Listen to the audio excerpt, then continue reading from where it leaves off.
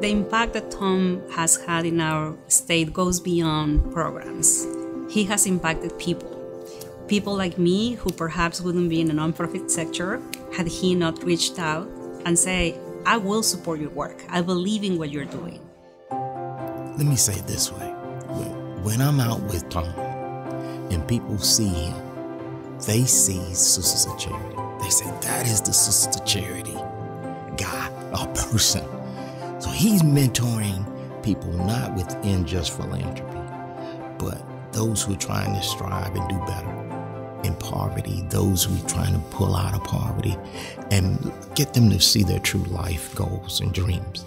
Tom is mentoring me and others, my family, everyone around him gravitates to his leadership style and who he is.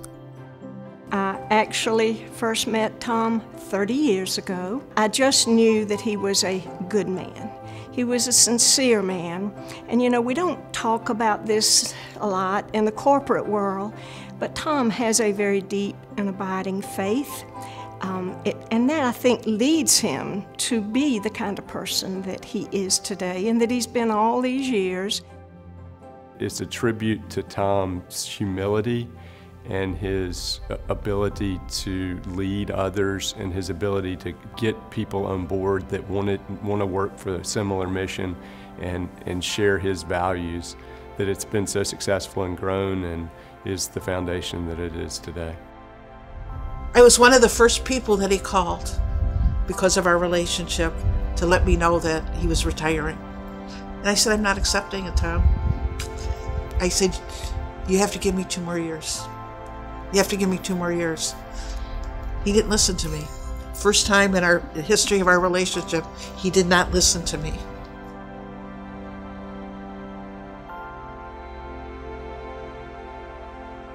There's no question in my mind. It exceeded the original vision in a very positive way.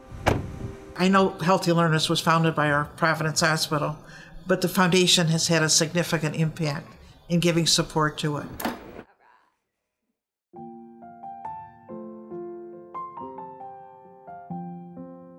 Now we're well over 20 years into this work. That's unheard of for a foundation to invest in something going on now for 3 decades. She brought a loaf of brown bread with 5 curry buns.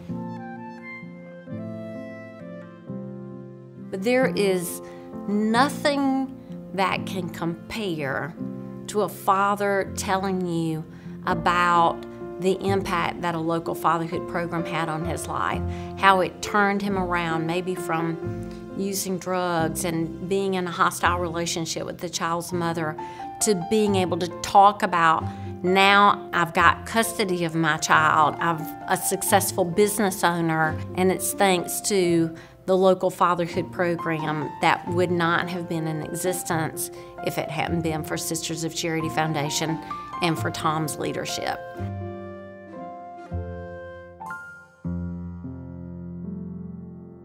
I got a call. And normally when I get these calls from Tom, it's after hours, about 6 o'clock. He's still thinking, he's working about this stuff. And I know this is a visionary call. So I got the call and Tom said, we need to have more diversity in philanthropy. And I said, wow. I said, Tom, I agree. I agree. He said, I think I have an idea. And the idea was to create a pipeline to bring people in who may not know a lot about philanthropy and give them the toolkit that they need to go out and do those things in the world. Now it's growing. I'm just being told that now we're going to expand to 4 HBCUs. Unbelievable growth. I can quantify, and say that the Center for Fathers and Families is going to, celebrate its 20th anniversary, and we're going to have served more than 25,000 fathers and 56,000 children, and that's just what we've done. That's not, if you compound that with what all of the other grantees have done and all of the other initiatives, I don't think he'll ever know this side of heaven, that impact, but I think that we all know, just from our little slice of lives what his impact has been like. I think Tom is well known and will continue to be known for his work. And to me, that is such an exemplary leader. He has found a way to connect to so many people across the state. And when he retires, I hope that he knows that all of us are committed to continuing his work. I think Tom's legacy will be the shape that the foundation is in going forward.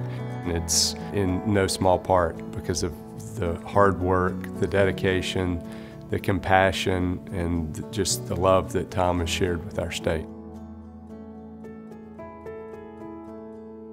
I'm gonna go to a thank you. Thank you for that lunch we had back in maybe 2010 at Harper's, because that has really changed my life, being on the board and being around you. Thank you for that. Thank you for the call when my wife was going through heart surgery, and you stayed on the call for over an hour, and you wanted to know when she came out. Thank you for that. That means a lot. That means a lot.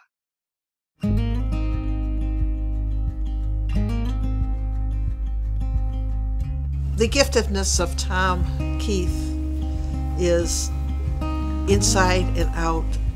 God's beautiful gifts are exhibited in him as a person. His care and compassion for people, his pride, how he enables his staff, and how he has grown his staff to be such a vital part of this foundation ministry. And he's very respectful and does the Sisters of Charity proud. That's probably the best thing I could say. We're so proud of Tom. We're so proud of Tom. For Sister Mary Jacob, he's her son. He's her son. And just the giftedness that he's given to her and to so many of our sisters. We're just so proud of him.